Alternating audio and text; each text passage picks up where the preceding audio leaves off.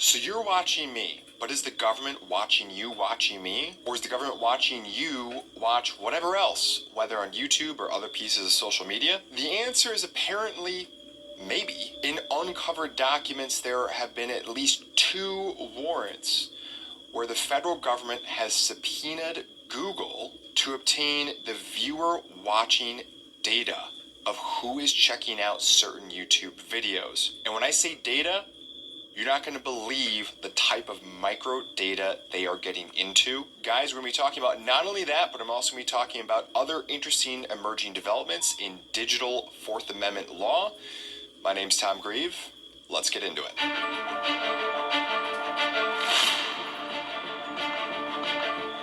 Alright, so let's talk about YouTube first. So what Forbes found in an article linked in the description box below was that in 2 particular instances, first instance discussed right now, there was this individual who was being investigated for potentially some money laundering by buying Bitcoin with cash and some other things. In order to investigate this individual, the feds and some undercover agents sent some links to some videos to this username that they were basically looking at. And then what they did was they used their power of warrants and subpoenas, and they got a court to agree to issue a warrant to Google, the keeper of the information, to basically take a look at certain information concerning the individuals who viewed the videos that they sent. It wasn't like there were 2 views on those videos.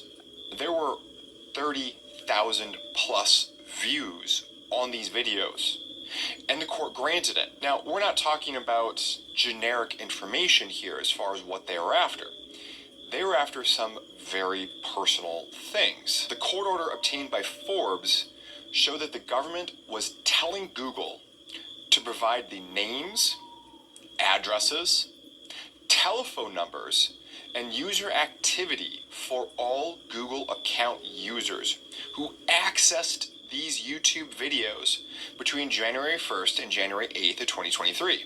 The government also wanted the IP addresses of non-Google account owners who viewed the videos. The government argued that there's reason to believe that these records would be relevant and material to ongoing criminal investigations, including by providing identifying information about the perpetrators. So that's the first case that happened, and that was in Kentucky. The second case happened in New Hampshire, and basically a bomb threat got called into a public place, and while the police were going about figuring out is there a bomb in this trash can or not, they realized that they were being watched via live stream on some business YouTube cameras that were just kind of placed outside and something like that. Now, I don't have a lot of details about this. I'm inferring that these cameras were basically just kind of always on and you could always go to live stream them. Well, apparently it's a bit of a trend among some sick people out there to do these hoax, or I hope hoax at a minimum, bomb threats, and then watch the police deal with them across these live streaming YouTube or some other social media platforms. So here in New Hampshire, the police said, aha, so if I do basically the same thing that they did in Kentucky and want to see all the user data, maybe we could start to develop a list of suspects that we can then start to kind of keep going into. In that particular case, they asked Google to give a list of accounts that viewed and or interacted with 8 YouTube live streams, as well as, of course, all the associated identifying information during specific time frames, presumably pertaining to when these bomb threats were called in. That included videos posted in Maine, in Boston, and these were from channels that had upwards of 130,000 subscribers. So again, not a 5-person account that no one ever watches. These sorts of requests sometimes have been called dragnet requests when we're talking about law enforcement not really having someone specific in mind. They're just kind of throwing a dragnet out there and seeing what they can find in it. Something that you may not be familiar with, if you don't like that or if you find it interesting, is something called geofence warrants. Now, geofence warrants are not something that's super obscure. They were first used in 2016, then that rapidly escalated across the next 4 years. 2020 is the last year that I have any information on, but between those years, in 2018, for instance, there were 982 examples of Google being served with a geofence warrant. That escalated to just over 11,500 in 2020.